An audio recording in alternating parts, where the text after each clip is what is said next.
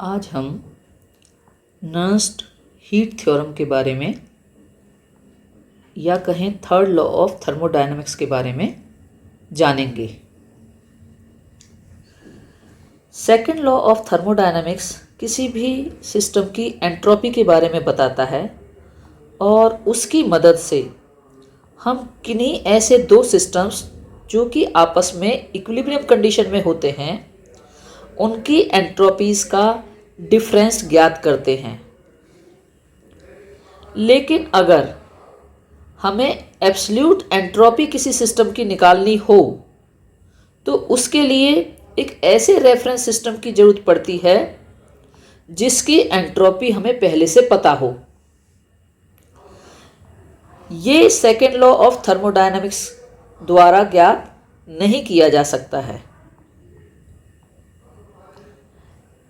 किसी भी सिस्टम की एब्सोल्यूट एंट्रोपी निकालने के लिए नर्स ने हीट थ्योरम दी, एक थ्योरम दी जिसको कि नर्स्ड हीट थ्योरम कहा जाता है और यह 1906 में उन्होंने इंट्रोड्यूस की। और इस हीट थ्योरम के according eight absolute null point all reactions proceed without change in the value of the entropy of the system। इस थ्योरम की जो स्टेटमेंट दी है नर्स ने वह बताती है कि एब्सोल्यूट नल पॉइंट पर जो सारी रिएक्शंस हैं वो प्रोसीड करती हैं बिना किसी बदलाव के एंट्रोपी ऑफ द सिस्टम में, यानी एंट्रोपी सिस्टम की बिल्कुल नहीं बदलती है और एब्सोल्यूट नल पॉइंट पे सारी रिएक्शंस जो हैं वो प्रोसीड करती हैं। तो यह नर्स्ड हीट थ्योरम की स्टेटमेंट है जो उन्होंने 1906 में हमें दी। और यह थ्योरम इतनी इम्पोर्टेंट थी कि इसको फाउलर और गगनहैम ने थर्ड लॉ ऑफ थर्मोडायनामिक्स का नाम दिया। तो यहाँ अब हम ये जानेंगे कि nursed heat theorem he third law of thermodynamics है और फाउलर और गगनहैम, ये फाउलर और गगनहैम ने इस लॉ को स्टेट किया है और बताया इस लॉ के according if a system is at absolute zero, अगर कोई सिस्टम एब्सोल्यूट ज़ीरो पर है it's entropy will be a universal constant. तो उसकी जो एंट्रोपी होगी वो एक यूनिवर्सल कांस्टेंट वैल्यू होगी। तो फाउलर और गगनहैम के अकॉर्डिंग अगर हमारा कोई भी सिस्टम जो है वो एब्सोल्यूट ज़ीरो पर होगा तो उसकी एंट्रोपी एक यूनिवर्सल कांस्टेंट होगी और कन्वीनियंस के लिए इसको हम ज़ीरो ले सकते हैं। तो यह थर्ड लॉ ऑफ थर्मोडायनामिक्स की स्टेटमेंट है। जिस तरह से हमारे पास सेकंड लॉ ऑफ थर्मोडायनामिक्स की अलग अलग स्टेटमेंट हैं, इसी तरह से थर्ड लॉ ऑफ थर्मोडायनामिक्स की भी हमारे पास अलग अलग स्टेटमेंट्स हैं। तो इसमें हम देखते हैं कि थर्ड लॉ ऑफ थर्मोडायनामिक्स की मैक्स प्लैंक ने क्या स्टेटमेंट दी है। So let us see the statement given by Max Planck. तो मैक्स प्लैंक ने कहा है कि not only total entropy of the system at absolute zero is zero but also total entropy of the system in all phases is zero। यानी कि entropy जो है of a solid और liquid is zero eight the absolute zero of temperature. तो इसमें हम कह सकते हैं कि किसी सॉलिड या लिक्विड की एंट्रोपी जो है एब्सोल्यूट ज़ीरो पे टेम्परेचर पर ज़ीरो होगी। और या दूसरे शब्दों में मैक्स प्लैंक ये भी कहते हैं कि not only total entropy of the system at absolute zero is zero but also total entropy of the system in all phases is zero, जिसको कि हम कह रहे हैं the entropy of a solid और liquid is zero at the absolute zero of temperature. अब third law of thermodynamics की एक और स्टेटमेंट हम देखते हैं, और ये स्टेटमेंट दी गई है लिविस और रैंडल द्वारा। उन्होंने इस थ्योरम को दूसरी तरह से ही स्टेट किया है, और उनके अनुसार, लेविस और रैंडल के अनुसार, every system has finite and positive entropy but at the absolute zero of temperature the entropy में बिकम ज़ीरो। यानी लिविस और रैंडल कह रहे हैं कि हर सिस्टम की कुछ फाइनाइट और पॉजिटिव एंट्रोपी होती है, लेकिन एब्सोल्यूट ज़ीरो टेम्परेचर पर ये एंट्रोपी जो है ज़ीरो हो सकती है। तो यह स्टेटमेंट लिविस और रैंडल द्वारा दी गई।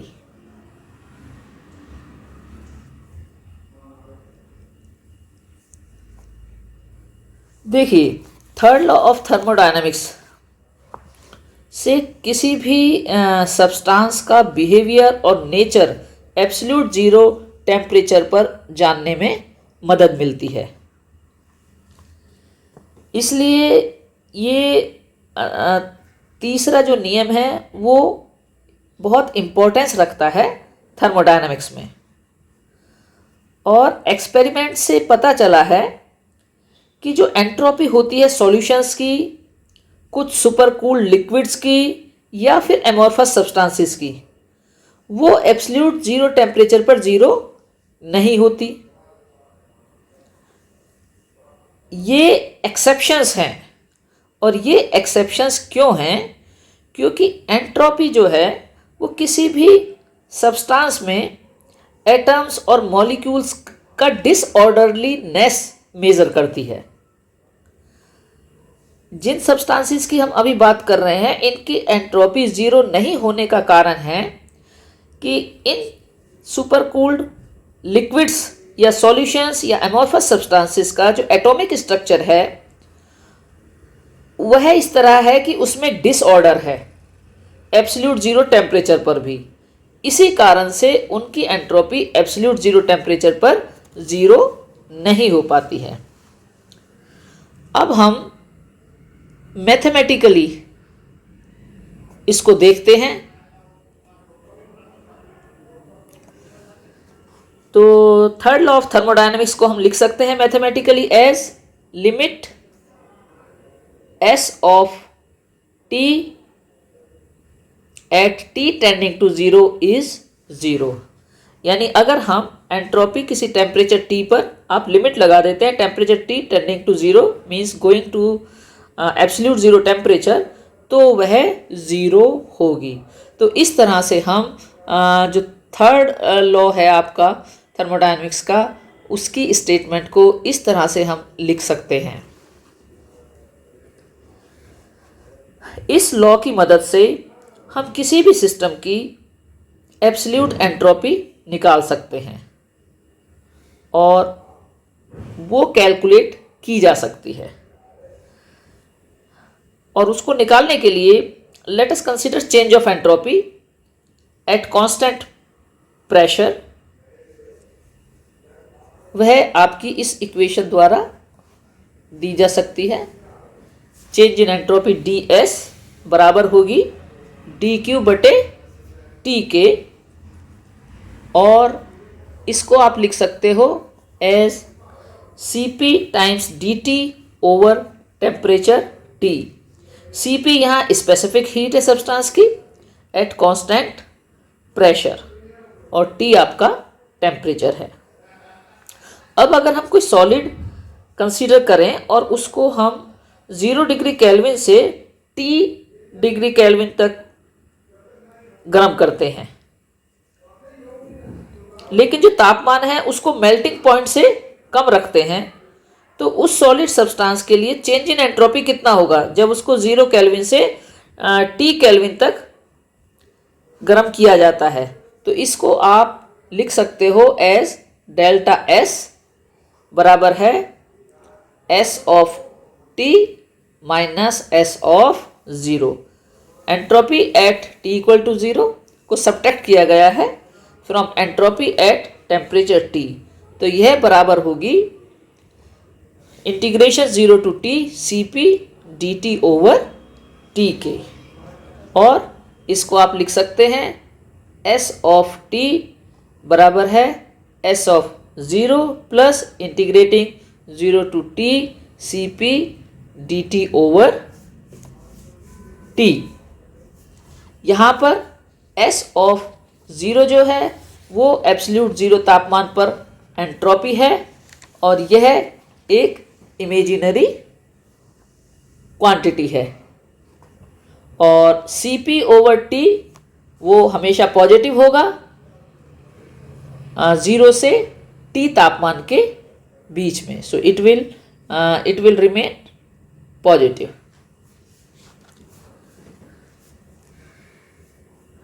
तो आप कह सकते हैं hence you can say that S of T will be greater than S of zero, यानी तापमान टी पर जो एंट्रोपी है वह एब्सोल्यूट ज़ीरो पर जो एंट्रोपी होगी उससे ज़्यादा होगी।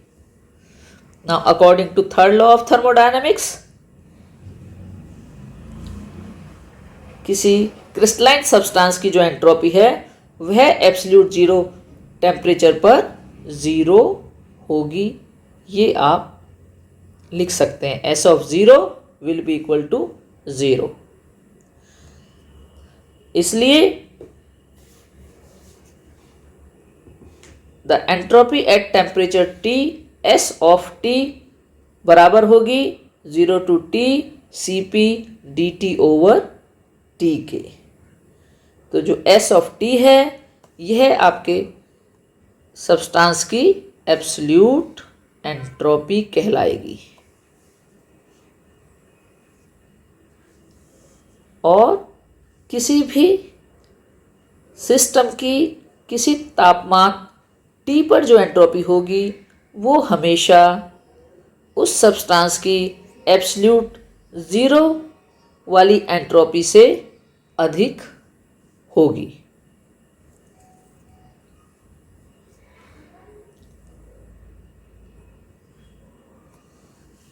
अब हम जानेंगे क्वेस्ट फॉर एब्सोल्यूट टेम्परेचर के बारे में।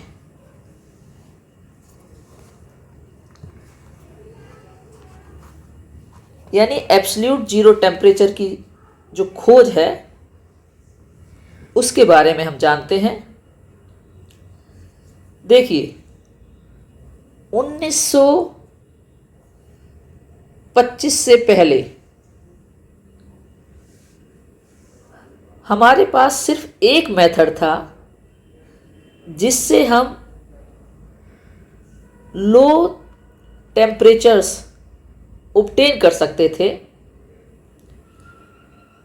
और ये था by evaporation of liquid helium at low pressure, जिससे कि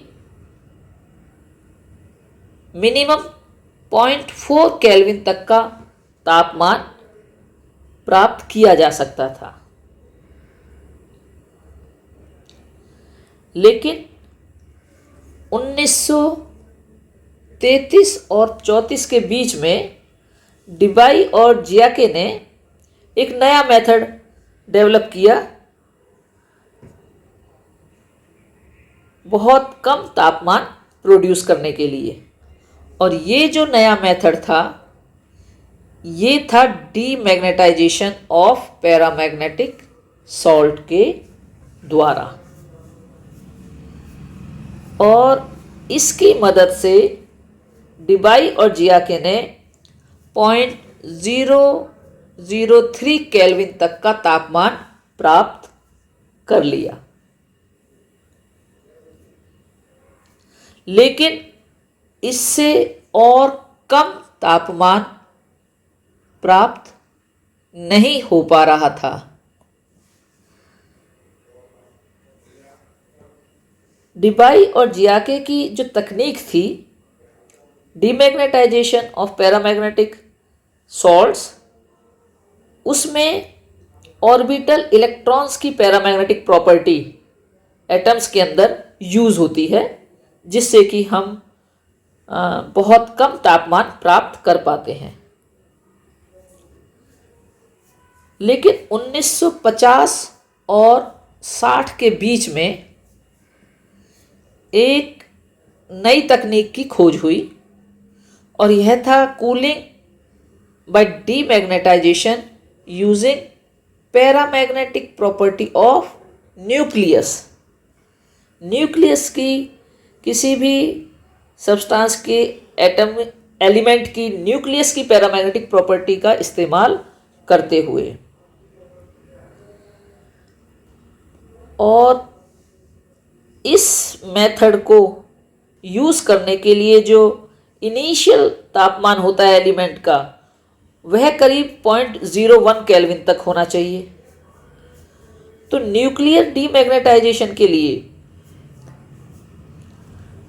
कुर्ती और उनके साथियों ने कॉपर न्यूक्लियाई को लिया और पहले उसको कूल किया गया 0.02 केल्विन तक by demagnetization of orbital electrons, और उसके बाद उन्होंने न्यूक्लियाई का डीमैग्नेटाइजेशन किया और कूलिंग ऑब्टेन करी by using paramagnetic property of copper nuclei. और कुर्ती और उनके साथी बड़ी सफलता से 1.2 माइक्रो केल्विन तक का तापमान प्राप्त करने में सफल हुए।